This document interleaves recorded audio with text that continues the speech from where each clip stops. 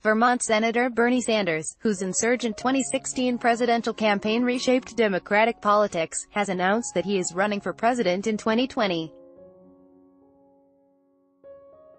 Our campaign is not only about defeating Donald Trump, the 77-year-old self-described Democratic Socialist said in an email to supporters. Our campaign is about transforming our country and creating a government based on the principles of economic, social, racial, and environmental justice, an enthusiastic progressive who embraces proposals ranging from Medicare for all to free college tuition, Sen.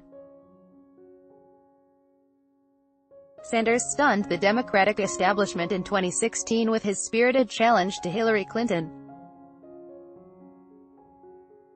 While she ultimately became the party's nominee, his campaign helped lay the groundwork for the leftward lurch that has dominated Democratic politics in the Trump era.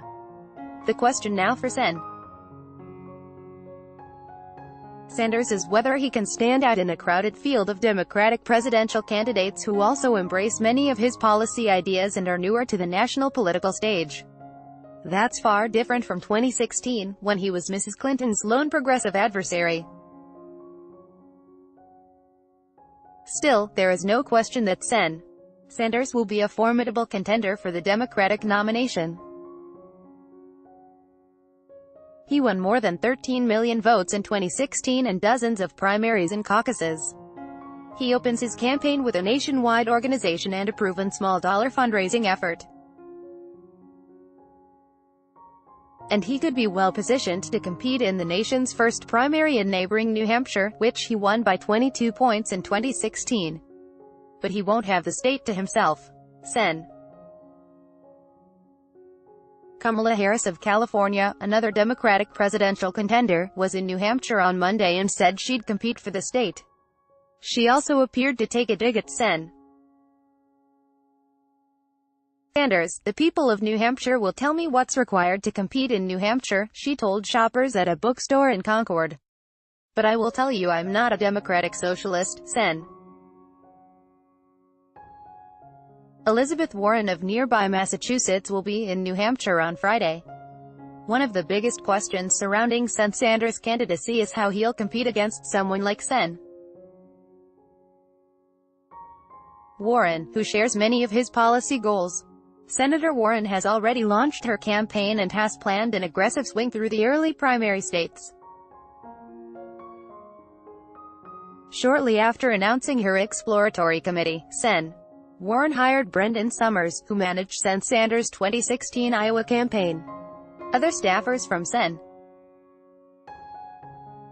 Sanders' first bid also have said they would consider working for other candidates in 2020. The crowded field includes a number of other candidates who will likely make strong appeals to the Democratic base, including Harris and Cory Booker of New Jersey, Amy Klobuchar of Minnesota, and Kirsten Gillibrand of New York. The field could also grow, with a number of high-profile Democrats still considering presidential bids, including former Vice President Joe Biden and former Texas Rep. Beto O'Rourke. U.S. Senator Cory Booker, U.S. Senator Kamala Harris, U.S. Senator Elizabeth Warren, U.S. Senator Bernie Sanders, Texas Congressman Beto O'Rourke, and Michael Bloomberg. O'Rourke and Bloomberg have yet to announce whether they will run or not. Picture, AFP source. AFP. While Sanders had been working to lay the groundwork for a second campaign for months, it was unclear whether he will be able to expand his appeal beyond his largely white base of supporters. In 2016, Sanders notably struggled to garner support from black voters, an issue that could become particularly pervasive during a primary race that could include several non-white candidates. Last month, he joined Senator Booker at an event in Columbia, South Carolina, marking the Martin Luther King Jr. In 2016, Senator Sanders lost the South Carolina primary, which features a heavily black electorate, by 47 points.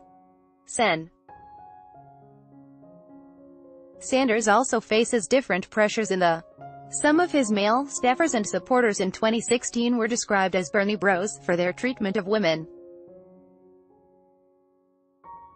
In the run-up to Sanders' 2020 announcement: persistent allegations emerged of sexual harassment of women by male staffers during his 2016 campaign. Politico and The New York Times reported several allegations of unwanted sexual advances and pay inequity.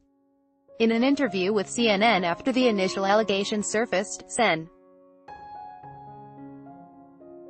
Sanders apologized but also noted he was a little busy running around the country trying to make the case. As additional allegations emerged, he offered a more unequivocal apology. What they experienced was absolutely unacceptable and certainly not what a progressive campaign, or any campaign, should be about, Sanders said January 10 on Capitol Hill. Every woman in this country who goes to work today or tomorrow has the right to make sure that she is working in an environment which is free of harassment, which is safe and is comfortable, and I will do my best to make that happen.